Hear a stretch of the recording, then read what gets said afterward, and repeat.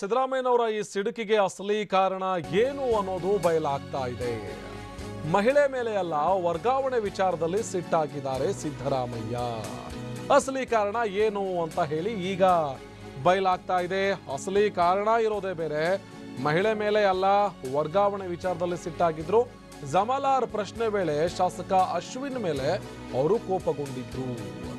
ನಾವು ಈಗ ಇರೋದು ಸಮ್ಮಿಶ್ರ ಸರ್ಕಾರದಲ್ಲಿ, ಅವನಿಗೆ ಬೇಕಾದ ಅಧಿಕಾರಿಗಳನ್ನ ಹಾಕಿಸಿಕೊಂಡಿದ್ದಾನೆ. ಅವನನ್ನ ನಾನು ಹೋಗಿ ಏನನ್ನ ಕೇಳಲಿ, ನೀನೇನು ಅರ್ಜಿ ಕೊಟ್ಟಿದ್ಯಾ ಅಂತ ಹೇಳಿ ಮಹಿಳೆಗೆ ಸಿದ್ದು ಪ್ರಶ್ನೆಯನ್ನ ಕೇಳಿದ್ರು. ರೆವಿನ್ಯೂ ಇಲಾಖೆ ಬಗ್ಗೆ ದೂರ್ತಾ ಇದ್ದಾಗ ಸುಮ್ಮನಿದ್ದಂತ ಸಿದ್ದು ಮಗನ ಬಗ್ಗೆ ಮಹಿಳೆ ದೂರ್ತಾ ಇದ್ದ ಹಾಗೆ ಗರಂ ಆದ್ರು. ಈ ಮಹಿಳೆ ಮೇಲಿರುವಂತಹ ಸಿಟ್ಟಿಗೆ ಬಹುಮುಖ್ಯವಾದಂತಹ ಕಾರಣ ವರ್ಗಾವಣೆ ವಿಚಾರ ಅನ್ನೋದು ಬಯಲಿಗೆ ಬರ್ತಾ ಇದೆ.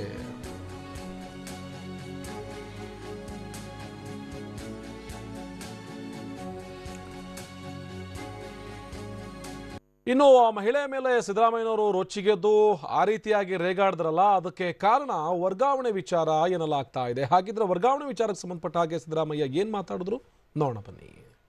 ಏನಾಗಿದೆ, ಇದು ಸಮ್ಮಿಶ್ರ ಸರ್ಕಾರ. ಅವ್ರು ತಹಸೀಲ್ದಾರನ ಆಫೀಸ್ಗೆ ಬಂದ್ಬಿಟ್ಟಿರ್ತಾರೆ. ನೀವು ತಿಳ್ಕೋಬೇಕು ಸ್ವಲ್ಪ. It's not our government, it's A collision government. ಅವ್ನು MLA ತಹಸೀಲ್ದಾರ್ಗಳನ್ನೆಲ್ಲ ಹಾಕಿಸ್ಕೊಂಡಿದ್ದಾನೆ. ಅವನು ಅಸಿಸ್ಟೆಂಟ್ ಕಮಿಷನರ್ಗಳನ್ನ ಅವ್ರು ಹಾಕಿಸ್ಕೊತಾರೆ. ನಾವು ಹೇಳ್ತೀವಿ, ನಾನು ಹೇಳಿದ್ದೇನೆ ಯಾವತ್ತಾರು ಬಂದು ಹೇಳಿಲ್ಲ ಅಲ್ವಾ? ಇಲ್ಲೇ ನಾನು ಹೇಳಿದ್ರೆ ಅವ್ರಿಗೆ ಉಗಿತಿದೆ ಕ್ಯಾಕಸಿ ಅವ್ರಿಗೆ ಅಧಿಕಾರಿಗಳಿಗೆ. ಏನಾಗಿದೆ, ಇದು ಸಮ್ಮಿಶ್ರ ಸರ್ಕಾರ. ಅವ್ರು ತಹಸೀಲ್ದಾರನ ಆಫೀಸ್ಗೆ ಬಂದ್ಬಿಟ್ಟಿರ್ತಾರೆ. ನೀವು ತಿಳ್ಕೋಬೇಕು ಸ್ವಲ್ಪ. It's not our government, it's A collision government. ಅವ್ನು MLA ತಹಸೀಲ್ದಾರ್ಗಳನ್ನೆಲ್ಲ ಹಾಕಿಸ್ಕೊಂಡಿದ್ದಾನೆ. ಅವನು ಅಸಿಸ್ಟೆಂಟ್ ಕಮಿಷನರ್ಗಳನ್ನ ಅವ್ರು ಹಾಕಿಸ್ಕೊತಾರೆ. ನಾವು ಹೇಳ್ತೀವಿ, ನಾನು ಹೇಳಿದ್ದೇನೆ ಯಾವತ್ತಾರು ಬಂದು ಹೇಳಿಲ್ಲ ಅಲ್ವಾ? ಇಲ್ಲೇ ನಾನು ಹೇಳಿದ್ರೆ ಅವ್ರಿಗೆ ಉಗಿತಿದೆ ಕ್ಯಾಕಸಿ ಅವ್ರಿಗೆ ಅಧಿಕಾರಿಗಳಿಗೆ. ಮತ್ತಷ್ಟು ಮಾಹಿತಿಯನ್ನು ಕೊಡ್ತಾರೆ ನಮ್ಮ ಪ್ರತಿನಿಧಿ ದಿಲೀಪ್ ದೂರವಾಣಿ ಸಂಪರ್ಕದಲ್ಲಿ ಜಾಯ್ನ್ ಆಗಿದ್ದಾರೆ. ದಿಲೀಪ್, ವರ್ಗಾವಣೆ ವಿಚಾರವನ್ನ ಇಟ್ಕೊಂಡು ಸಿದ್ದರಾಮಯ್ಯನವರು ಅಷ್ಟೊಂದು ಸಿಟ್ಟಾದ್ರ ಅಂತ ಅವ್ರ ಕಡೆಯವರು ತಹಸೀಲ್ದಾರ್ ಇದ್ದಾರೆ, ಅಸಿಸ್ಟೆಂಟ್ ಕಮಿಷನರ್ ಇದ್ದಾರೆ, ನಾನು ಹೋಗಿ ಕೇಳಕ್ಕಾಗತ್ತಾ, ಈ ಒಂದಷ್ಟು ವಿಚಾರ ಸಿದ್ದರಾಮಯ್ಯನವರು ಮಾತನಾಡ್ತಾ ಇದ್ರು. ಏನ್ ಹೇಳಿದ್ರು ಅವರು?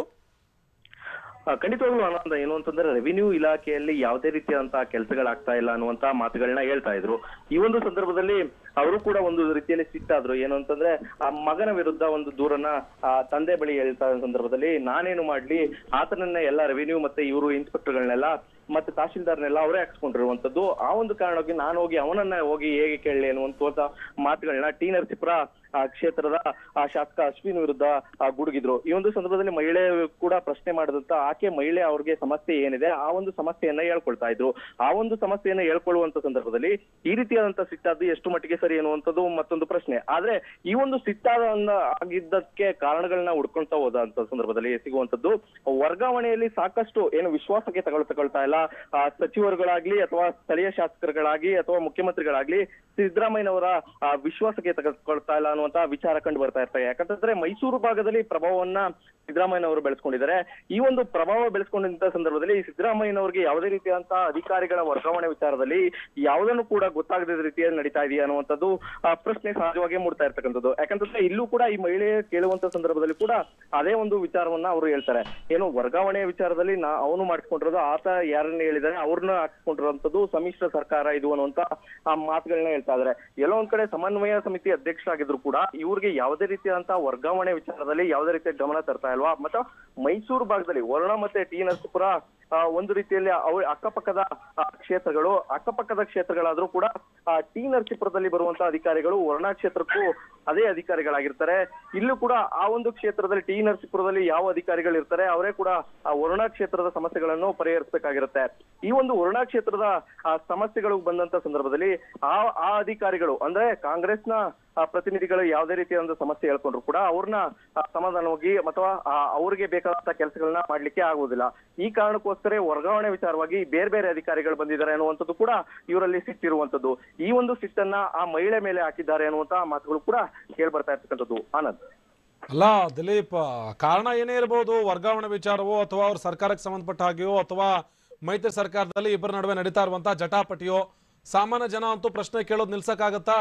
ಅಥವಾ ಸಾಮಾನ್ಯ ಜನ ಬಂದು ಪ್ರಶ್ನೆ ಕೇಳೋದೇ ತಪ್ಪ? ಈ ಕಾರ್ಯಕ್ರಮ ಮುಗ್ದಾದ್ಮೇಲೆ ಏನಾದರೂ ಸಿದ್ದರಾಮಯ್ಯನವರು ಸ್ಪಷ್ಟನೆ ಕೊಟ್ರ ಅಥವಾ ಕಾರ್ಯಕ್ರಮ ನಡೀತಾ ಇದೆಯಾ ದಿಲೀಪ್? ಇಲ್ಲ ಆನಂದ್, ಏನಂತಂದ್ರೆ ಬೇರೆ ಬೇರೆ ಕ್ಷೇತ್ರದಲ್ಲಿ ಮಗನ ಕ್ಷೇತ್ರದಲ್ಲಿ ಇವತ್ತು ಪ್ರವಾಸವನ್ನ ಕೈಗೊಂಡಿರುವಂತದ್ದು. ಯಾಕಂತಂದ್ರೆ ಬೆಳಿಗ್ಗೆಯಿಂದ ಕೂಡ ಒಂದು ದಿನ ಅವರು ಮಗನ ಕ್ಷೇತ್ರದಲ್ಲಿ, ವರುಣಾ ಕ್ಷೇತ್ರದಲ್ಲಿ ಏನು ವಿವಿಧ ಕಾಮಗಾರಿಗಳಿಗೆ, ಅಭಿವೃದ್ಧಿ ಕಾಮಗಾರಿಗಳಿಗೆ ಗುದ್ದಲಿ ಪೂಜೆ ಮತ್ತೆ ವಿವಿಧ ಕಾಮಗಾರಿಗಳನ್ನ ಶಂಕುಸ್ಥಾಪನೆ, ಈ ಒಂದು ಕಾರ್ಯಕ್ರಮಗಳನ್ನ ಇಟ್ಕೊಂಡಿದ್ರು. ಈ ಒಂದು ಸಂದರ್ಭದಲ್ಲಿ ಸಾಮಾನ್ಯವಾಗಿ ಸ್ಥಳೀಯ ಕಾರ್ಯಕರ್ತರು ಅವರ ನಾಯಕರಾಗಿರ್ತಾರೆ. ಅವರ ನಾಯಕರಲ್ಲಿ ಪ್ರಶ್ನೆಯನ್ನ ಮಾಡ್ತಾರೆ. ತಮಗೆ ಆಗಿರುವಂತಹ ನೋವುಗಳು, ಅವ್ರಿಗಾಗಿರುವಂತಹ ಸಮಸ್ಯೆಗಳನ್ನ ಕೇಳ್ಕೊಳ್ಳುವುದು ಸಹಜ. ಈ ಒಂದು ಕೇಳುವಂತ ಸಂದರ್ಭದಲ್ಲಿ ಈ ರೀತಿಯಾದಂತಹ ಸಿಟ್ಟನ್ನು ಪ್ರದರ್ಶನ ಮಾಡುವುದು ಎಷ್ಟರ ಮಟ್ಟಿಗೆ ಸರಿ ಅನ್ನೋದು ಕೂಡ ಈಗ ಮೂಡ್ತಾ ಇರುವಂತಹ ಪ್ರಶ್ನೆ. ಯಾಕಂತಂದ್ರೆ ಮಹಿಳೆ ಅವಳಿಗೆ ಆಗಿದಂತಹ ನೋವನ್ನ ಹೇಳ್ಕೊಂಡಿರುವಂತದ್ದು, ಅವ್ರಿಗಾಗಿರುವಂತಹ ಸಮಸ್ಯೆಗಳನ್ನ ಹೇಳ್ಕೊಂಡಿರುವಂತದ್ದು. ಈ ಒಂದು ಸಂದರ್ಭದಲ್ಲಿ ಈ ರೀತಿಯಾದಂತಹ ಹೇಳಿಕೆ ಎಷ್ಟು ಮಟ್ಟಿಗೆ ಸರಿ ಮತ್ತು ಯಾವ ರೀತಿಯಾದಂತಹ ಸಿಟ್ಟಾಗಿರೋದು ಎಷ್ಟು ಮಟ್ಟಿಗೆ ಸರಿ ಅನ್ನೋದು ಕೂಡ ಸಹಜವಾಗಿ ಈ ಒಂದು ಪ್ರಶ್ನೆ ಮೂಡ್ತದೆ. ಆನಂದ್, ಓಕೆ, ಧನ್ಯವಾದ ದಿಲೀಪ್ ಮಾಹಿತಿಗಾಗಿ.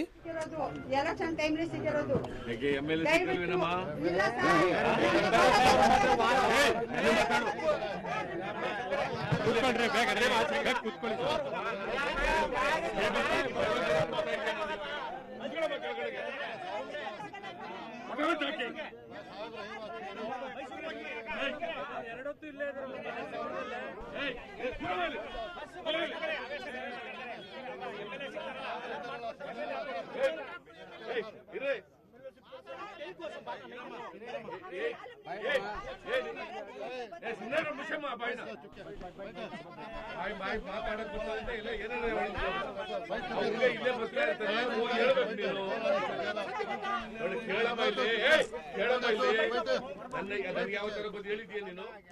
ಯಾವ ತರ ಬಂದಿದ್ದು ಹೇಳಿದ್ಯೇನಮ್ಮ? ಎಷ್ಟು ಸಾರಿ ಬಂದಿದ್ದೀನಿ ಮೈಸೂರಿಗೆ ಬಂದು ಹೇಳಿದ್ಯಾ?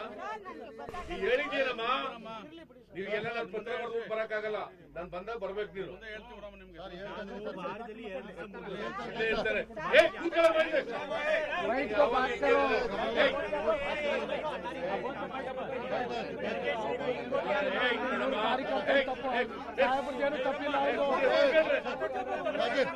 ಇವೆಲ್ಲ ಕಂಪ್ಲೇಂಟ್ ಮಾಡೋದು ಸರಿಯಾಗಿ ಮಾಡಬೇಕು. ಟೇಬಲ್ ತರ್ತೀಯಲ್ಲ ಯಾಕೆ? ನಿಮ್ ಊರಿಗೆಲ್ಲ ಕೆಲಸ ಮಾಡಿರೋರು ಯಾರಮ್ಮ? ನೀನ ಮಾಡಿರೋದು